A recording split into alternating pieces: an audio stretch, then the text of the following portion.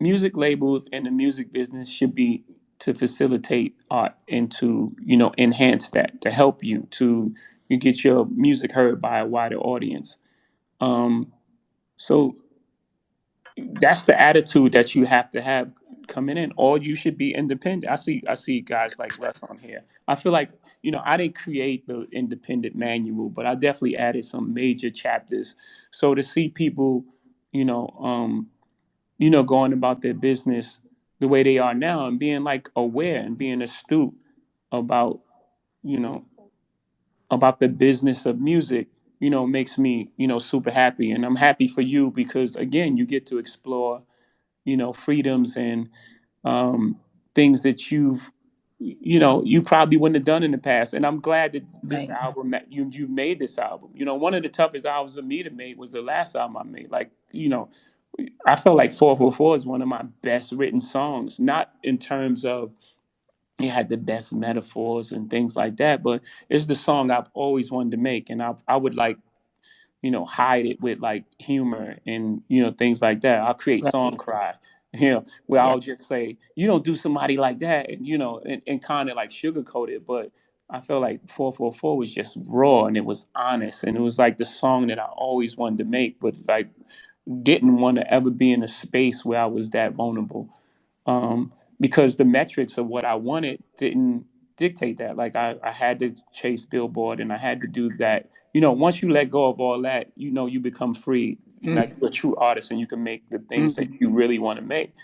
And I know that's a long answer, but I felt I owed you that for that Nah, question. It was, nah, I appreciate that, and I feel that, and I guess my question is to be clear, so that people could be clear.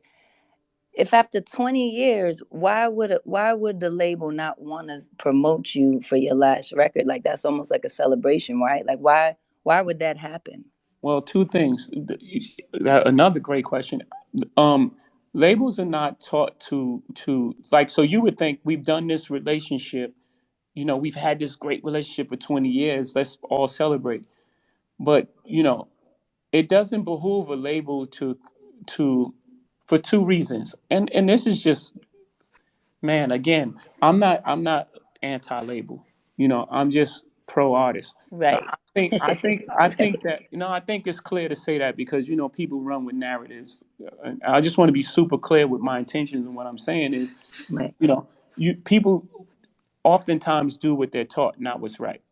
So if Hmm. someone taught you that it's not great business to promote an artist on their way out, that's no longer going to be with you because the next round of artists may look and think, oh, wow, Alicia was successful without them. Maybe I'll be successful without them. You understand what I'm saying? Yup. So it's not about feelings or emotion. It's about protecting a business that's in a place that some people, not all, but some people like the way it operates today.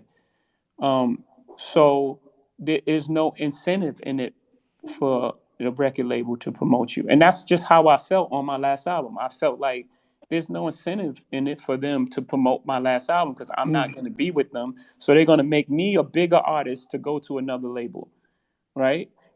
Right. That doesn't make sense for them business wise. For you're saying, yeah, but this is a celebration of the time that we've been together. For them, they're doing things that most of the time they're doing things that they've been taught.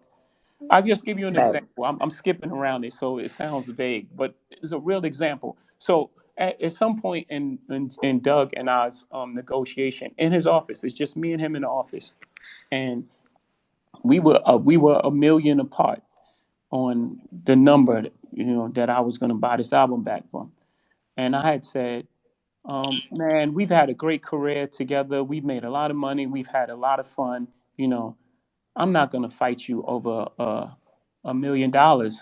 And he said, I'll fight you.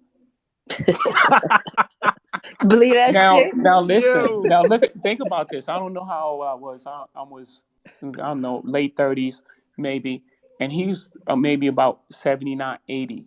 Like I could literally have killed him in the office before his assistant got in the office, like with my hands, like bare hands. But here it is. He thought that he can fight. He would fight me in the office, and it's not because he really liked me. It wasn't like he was. it wasn't malice in that statement. It Right. was, this is the business and this is the way it was taught to him. So this is how he operated. And today, I mean, by the way, I like Doug. We're still cool as day. So I'm not saying it's in a way. This is what he's been taught. So he's been taught to preserve the business for the next generation of CEOs and chairmen. And that's the answer to your question of why they wouldn't do it, because in their Exactly. mind, they've been taught to preserve a business that works for them. And I just think we need to evolve. We Right. evolve as a human. Everything else is evolved, right? A group chat can now be had. We're having a group chat right now. We're having when you used to click one person in and y'all three way, y'all talk to people. We're Yep. talking to unlimited people because technology has evolved to that point. And I think that the music business need to evolve to that point. Like I'm sure there's language in your contract and a lot of people contract that was in Chuck Berry's contract. Right.